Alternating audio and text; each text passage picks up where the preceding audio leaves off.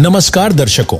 वैसे तो हिंदू धर्म में हर एक दिन त्योहार की तरह होता है, परंतु कुछ ऐसे त्योहार हैं जिनका हिंदू धर्म में बड़ा महत्व है।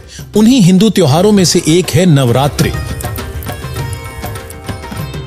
जिसे हर साल 2 बार मनाया जाता है, जिनमें चैत्र मास की चैत्र नवरात्रि और आश्विन मास की शारदीय नवरात्रि शामिल है।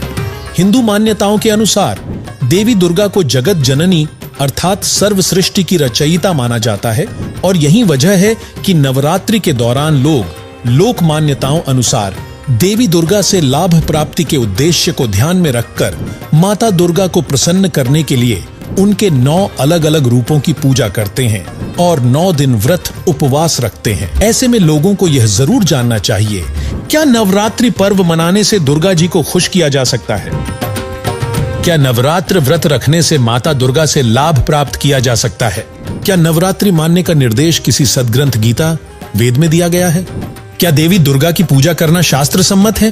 तो चलिए जानते हैं।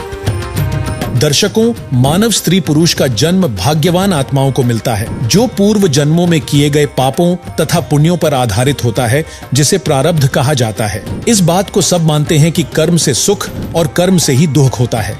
वहीं हिंदू धर्म का प्रत्येक व्यक्ति जिसकी आस्था परमात्मा में है, वह मानता है कि धार्मिक शास्त्र चारों वेद श्रीमद् भगवत गीता परमात्मा का बनाया संविधान है और हम सभी जानते हैं कि जो व्यक्ति संविधान का उल्लंघन करता है वह दंडित होता है, जिससे उसे न सुख प्राप्त होता है, न उसके कार्य सिद्ध होते हैं और न उसका मोक्ष होता है, जिसका प्रमाण हमें पवित्र गीता अध्याय 16 श्लोक 23-24 में मिलता है, जिसमें कहा गया है कि जो व्यक्ति शास्त्र विधि को त्याग कर अपनी मर्जी से मनमाना आचरण करता है, उसको न सुख की प्राप्ति होती है, न सिद्धि प्राप्त होती है तथा न उसको मोक्ष प्राप्त होता है।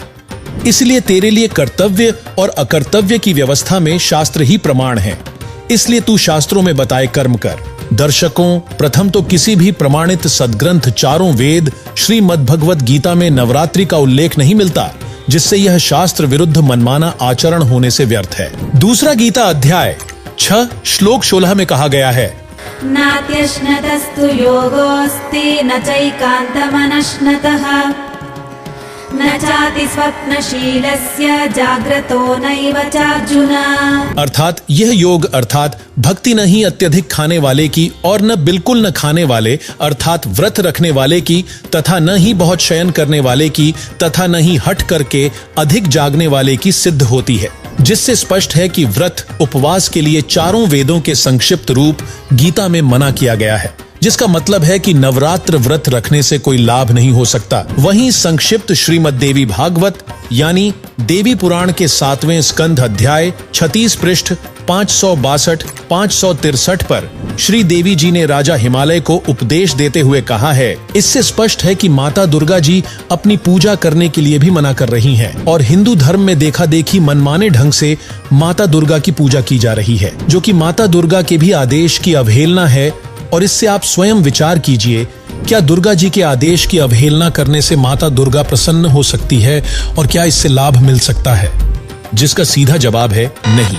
लेकिन आपके दिमाग में एक सवाल उठ रहा होगा, आखिर माता दुर्गा ने अपनी पूजा के लिए भी मना क्यों किया है? तो आपको बता दें, श्रीमद् देवी भागवत गीता प्रेस गोरखपुर से प्रकाशित के 3 स्कंध अध्याय 1 से 3 वो 6 संक्षिप्त शिव पुराण रुद्र संहिता अध्याय 6 तथा श्रीमद् भगवत गीता अध्याय 14 श्लोक 3 से 5 मिलकर प्रमाणित करते हैं कि प्रकृति अर्थात माता दुर्गा के पतिकाल ब्रह्म सदाशिव हैं और श्रीमद् भगवत गीता अध्याय 8 श्लोक 16 में गीता ज्ञान दाता ब्रह्म काल ने स्वयं कहा है कि ब्रह्म लोक तक जितने भी प्राणी यानी देवी दुर्गा, ब्रह्मा, विष्णु, शिव, गणेश आदि तथा इनके लोक सभी पुनरावृत्ति यानी जन्म मृत्यु के दुष्चक्र में हैं। इससे यह सिद्ध होता है कि माता दुर्गा और ब्रह्म काल भी अविनाशी नहीं है।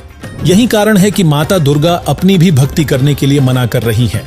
वहीं काल ब्रह्म ने गीता अध्याय 2 श्लोक 12, अध्याय 4 श्लोक 5 व अध्याय 10 श्लोक 2 में स्पष्ट किया है कि तेरे और मेरे बहुत से जन्म हो चुके हैं, तू नहीं जानता, मैं जानता हूँ।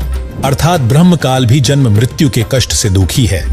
इसलिए श्रीमद् भगवद गीता अध्याय 7 श्लोक 29 अध्याय 8 श्लोक 3 में गीता ज्ञानदाता ब्रह्म कहता है कि जो जरा अर्थात वृद्धावस्था और मृत्यु के कष्ट से छूटने का प्रयास करते हैं वे उस परम अक्षर ब्रह्म को जानते हैं। उसी के विषय में गीता अध्याय 15 श्लोक 4 में गीता ज्ञान दाता ने कहा है कि तत्वदर्शी संत की प्राप्ति के पश्चात उस परमेश्वर के परम पद अर्थात सतलोक को भली भांति खोजना चाहिए, जिसमें गए हुए साधक फिर लौटकर संसार में नहीं आते, और जिस परम अक्षर ब्रह्म से आदि रचना सृष्टि उत्पन्न हुई है उस सनातन पूर्ण परमात्मा की ही मैं शरण में हूँ, जिससे स्पष्ट है कि माता दुर्गा जगत जननी अर्थात सर्व सृष्टि की रचयिता भी नहीं है। वहीं गीता अध्याय 18 श्लोक 62 में गीता ज्ञान दाता ने कहा है कि उस परमेश्वर अर्थात परम अक्षर ब्रह्म की शरण में जा, जिसकी कृपा से तुझे परम शांति और सनातन परम धाम यानी सतलोक की प्राप्ति होगी, जहां जन्म मृत्यु वृद्धावस्था तथा अन्य कोई कष्ट नहीं है। उस सनातन परम धाम यानी सतलोक के विषय में संत गरीबदास जी ने कहा है, ना कोई भिक्षुक दान दे, ना कोई हार व्यवहार, ना कोई जन्मे मरे, ऐसा देश हमार, जहां शंखों लहर मेहर की उपजें, कहर जहां नहीं कोई, दास गरीब अचल अविनाशी, सुख का सागर सोई।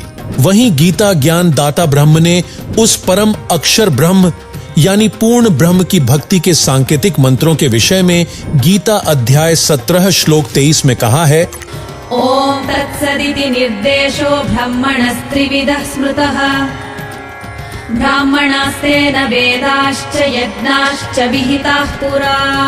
भावार्थ है कि सच्चिदानंद घन ब्रह्म के स्मरण का ओम तत्व सत 3 मंत्र का जाप है, जो 3 प्रकार से किया जाता है। सृष्टि की आदि में ब्राह्मण यानी भक्तजन इसी ज्ञान के अनुसार यज्ञ आदि अनुष्ठान किया करते। दर्शकों, इन सांकेतिक मंत्रों को केवल तत्वदर्शी संत ही बता सकता है, क्योंकि गीता अध्याय 4 श्लोक 34 में तत्व ज्ञान की प्राप्ति के लिए तत्वदर्शी संत की शरण में जाने के लिए कहा गया है, और गीता अध्याय 15 श्लोक 1 में उस तत्वदर्शी संत की पहचान बताई गई है कि ऊपर को मूल यानी जड़ वाला, नीचे को तीनों गुण रूपी शाखा वाला उल्टा लटका हुआ संसार रूपी पीपल का वृक्ष जानो। इस संसार रूपी वृक्ष के पत्ते आदि छंद हैं अर्थात भाग हैं। जो इस संसार रूपी वृक्ष के सर्व भागों को तत्व से जानता है वह वेद के तात्पर्य को जानने वाला है अर्थात वह तत्वदर्शी संत है। दर्शकों, मौजूदा वक्त में पृथ्वी पर पूर्ण तत्वदर्शी संत भी विद्यमान हैं, जो कोई नहीं बल्कि जगत गुरु तत्वदर्शी संत रामपाल जी महाराज जी हैं,